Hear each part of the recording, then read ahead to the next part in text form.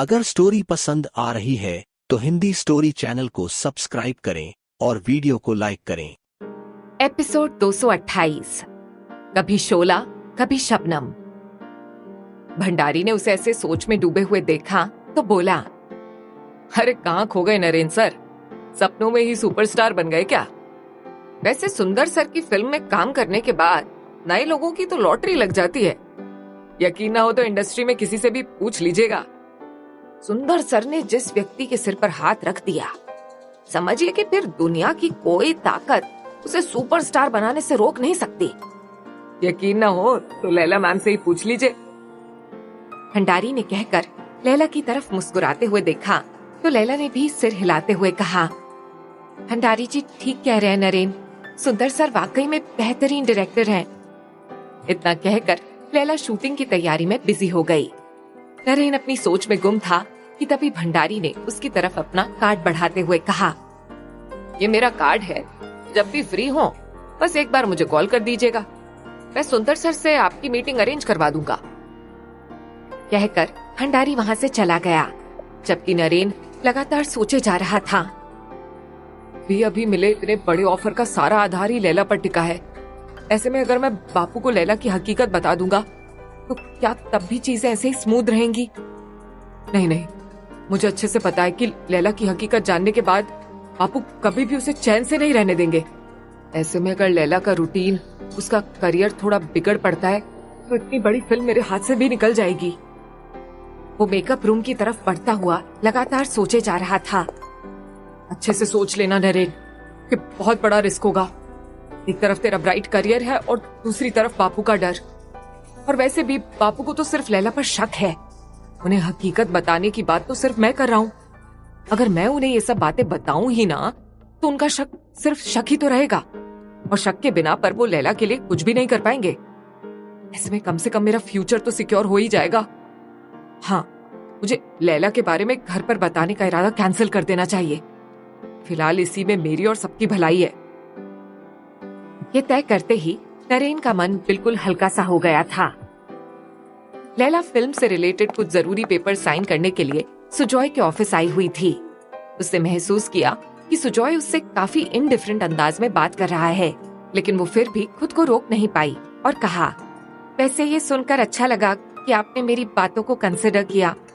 पता नहीं क्यों मुझे इस रिश्ते को लेकर अच्छी वाइब्स नहीं आ रही थी, और ये चीजें ऐसी हैं कि एक बार ये रिश्ते जुड़ जाए ना तो फिर इंसान का इनसे निकलना बहुत मुश्किल हो जाता है सुजॉय साहब।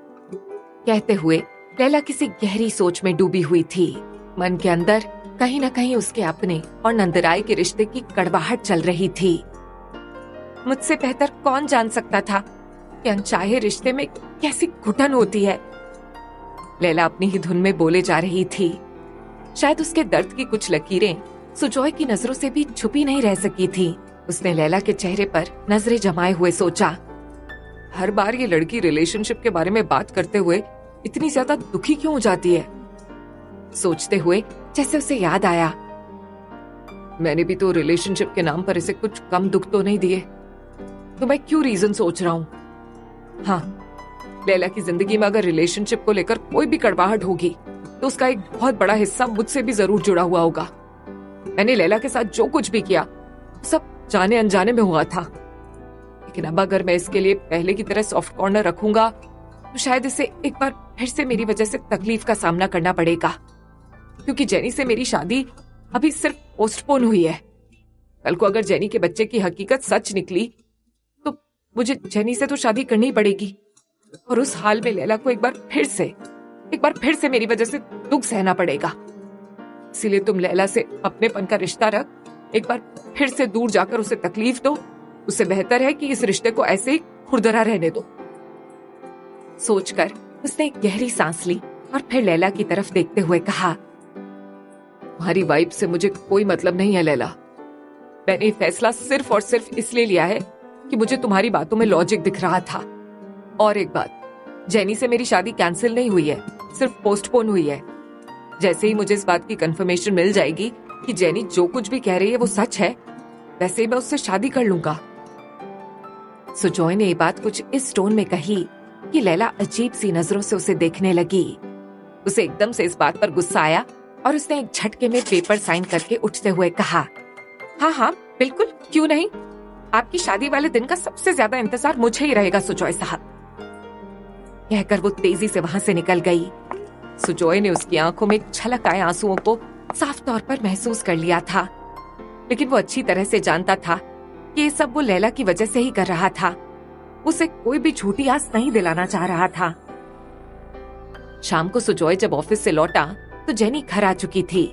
सुजॉय ने उसके चेहरे पर फैली नाराजगी साफ तौर पर महसूस की और उस नाराजगी की वजह सुजॉय को अच्छे से पता थी।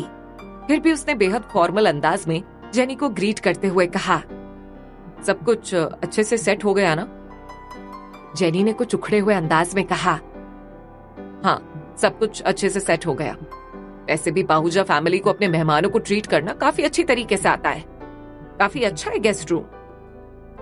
सुजॉय ने उसके लहजे में छुपे तंज को महसूस करते हुए कहा, उम्मीद है तुम्हें यहाँ रहते हुए कोई परेशानी नहीं होगी। यहाँ के सारे स्टाफ काफी हेल्पफुल नेचर के हैं और उस पर तुम माँ की फेवरेट हो। आई नो कि तुम्हारा यहाँ सब लोग अच्छे से ध्यान रखेंगे और फिर मैं भी यही हूँ।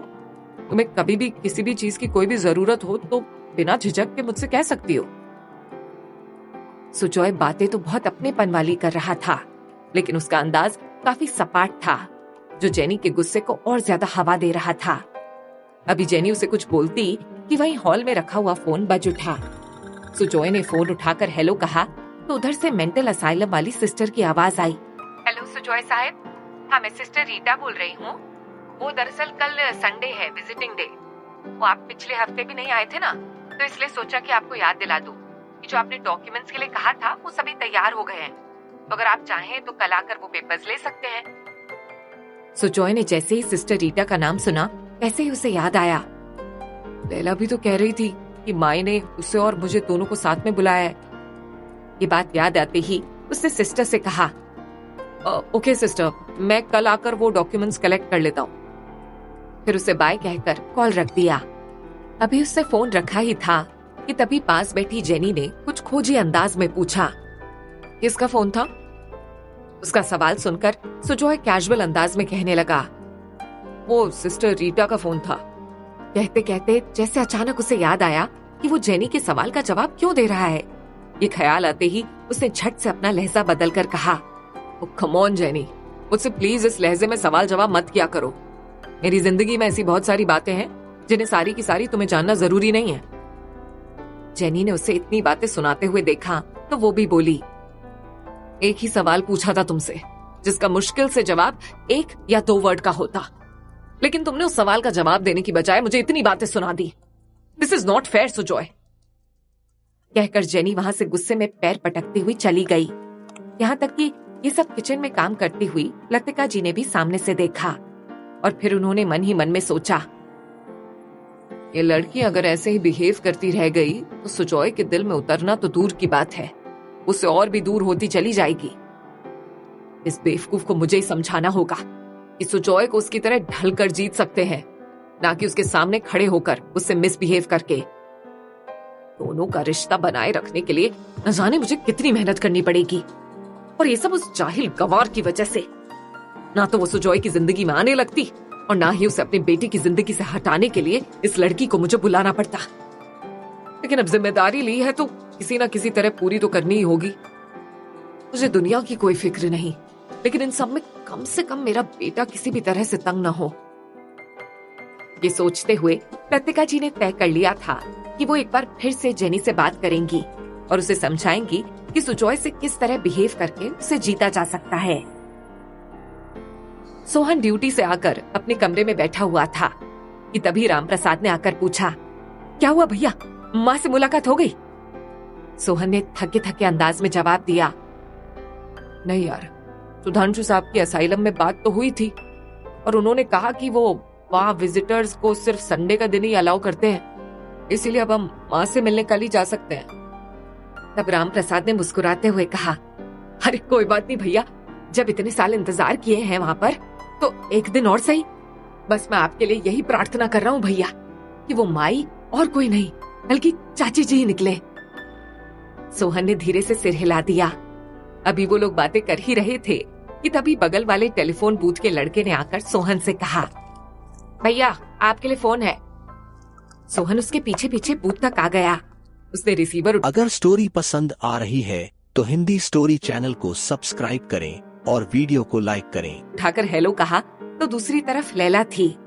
लैला ने अपनी धीमी आवाज में कहा, सोहन भैया मैं आपको बताना भूल गई थी। वो दरअसल आपने जिस वक्त छुट्टी के लिए पूछा ना, मैंने आपको छुट्टी के लिए हाँ तो कर दी, लेकिन अभी मुझे ध्यान आया कि कल मुझे जरूरी काम से कहीं जाना है, तो आप 2-3 घंटे के लिए अगर वक्त निकाल सके तो।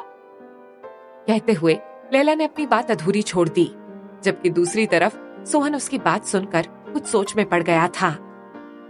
यार ये लैला मैम को मना कैसे करूं, जबकि उधर मैंने सुधांशु साहब को भी कल असाइलम जाने के लिए हाँ कर दी है। लेकिन उसे एक भी पल नहीं लगा ये फैसला लेने में। उसने झट से कहा, ठीक है मैम, मैं टाइम से आ जाऊंगा, आप बिल्कुल टेंशन मत लो। लैला ने एकदम से खुश होते हुए कहा, thank you so much Sohan भैया, मैं आपको कल कॉल करके बताती हूँ कि किस वक्त पर आना है। उसके बाद उसने बाय कहकर कॉल रख दिया, जबकि उधर सोहन मन ही मन कुछ उदास सा हो गया। अब उसे सुधांशु को फोन करके अपने बदले हुए प्लान के बारे में बताना था। एक तरफ माँ से मिलने की तड़प और जल्दी थी, वहीं दूसरी तरफ वो लैला को भी साफ तौर पर मना नहीं कर सकता था। कोई बात नहीं, सुधांशु साहब को कह दूंगा कि हम लोग कुछ देर से जाएंगे, क्या पता रिक्वेस्ट करने पर वो लोग मुलाकात के फिक्स टाइम के बाद भी मिलने के लिए अलाउ कर दे। यही सब सोचकर सोहन खुद को बहलाने लगा था। डिनर के बाद सुजॉय अपने कमरे में आकर अभी लेटा ही था कि तभी उसे ध्यान आया, माई से मिलने के लिए लैला के साथ ही जाना होगा, और इस बारे में मैंने लैला को तो बताया ही नहीं। ये सोचते हुए वो उठकर फोन के पास चला आया और फिर लैला का नंबर डायल करके उधर से कॉल पिक करने का इंतजार करने लगा।